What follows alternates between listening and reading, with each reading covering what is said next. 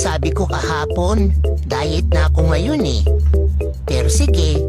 Salamat po sa mga nanood sa last namin sa part 1 of course of this Ogbo food trip. So ayan na ang kasunod sa aming tinry, ang giant dollar pancake nila. So ayan, try na natin. Ayun lang.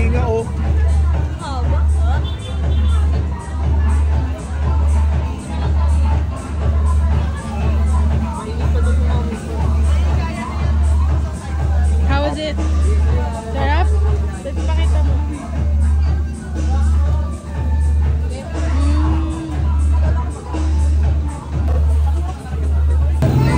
Yun, walang cheese na kinuha.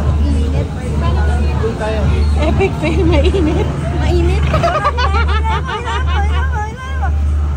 Ayun, ay, lugi! Hindi, sweet na kasi yung cheese. Mainit? Hindi niya na para dun. Ano baliktad? Dapat nangarap pa gano'n. Yan. Mainit pa eh.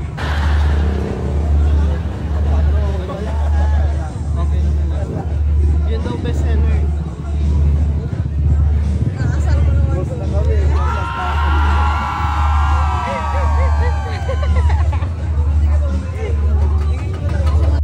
Next naman natin i-try ang grilled scallops and oyster. So may cheese na siya on top of it, melting. So yummy. Try na natin.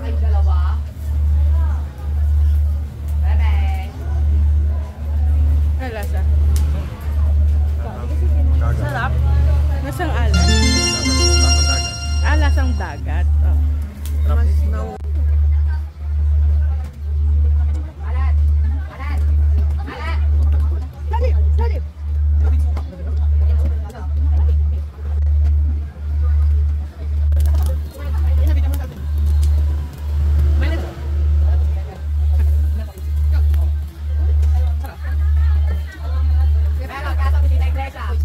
Lasa?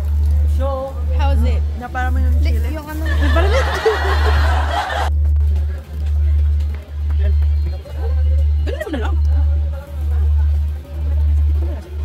first they tried it with seaweed, with chili oil. Now they're trying it with suka.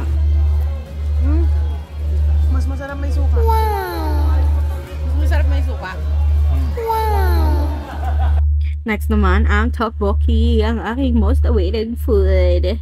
Yan po ay may rice cake at may fish cake. Sobrang sarap niyan. OMG!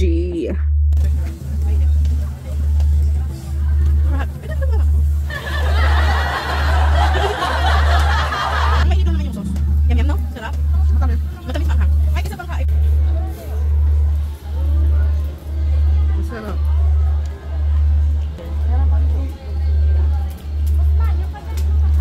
Ano lasa? Sarap po. Brother. Ano lasa? Alam mo ba dito? Okay.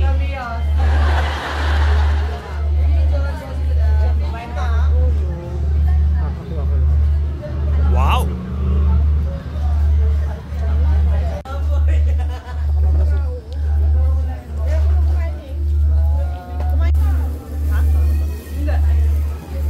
How was it?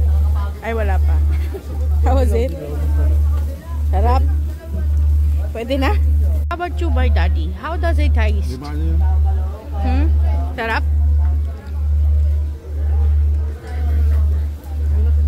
Sarap? At ang napakatapang, ita-try niya ang baga.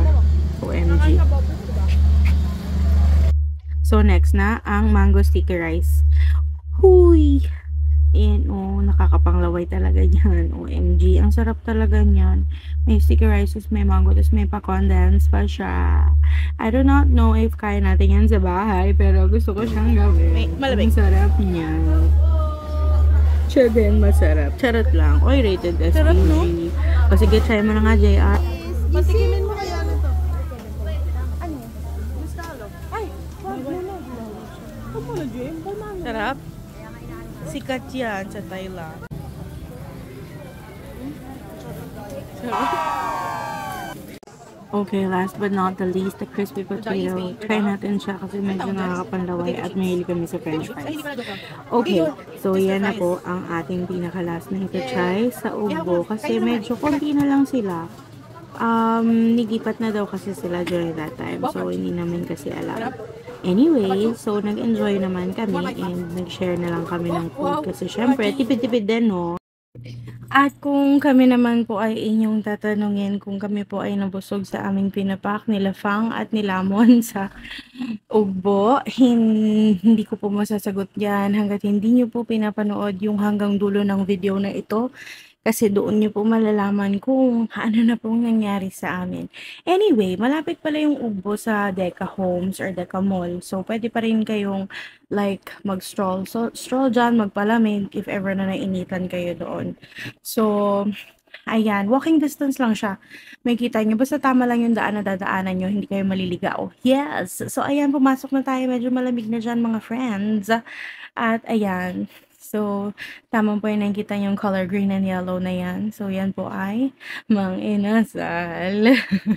So, sobrang dami namin ginawa that day. Siguro, sa sobrang daming ginawa, hindi tayo na-solve sa mga pinapak natin sa ugbo. Kaya, kinailangan nating mag-only rice.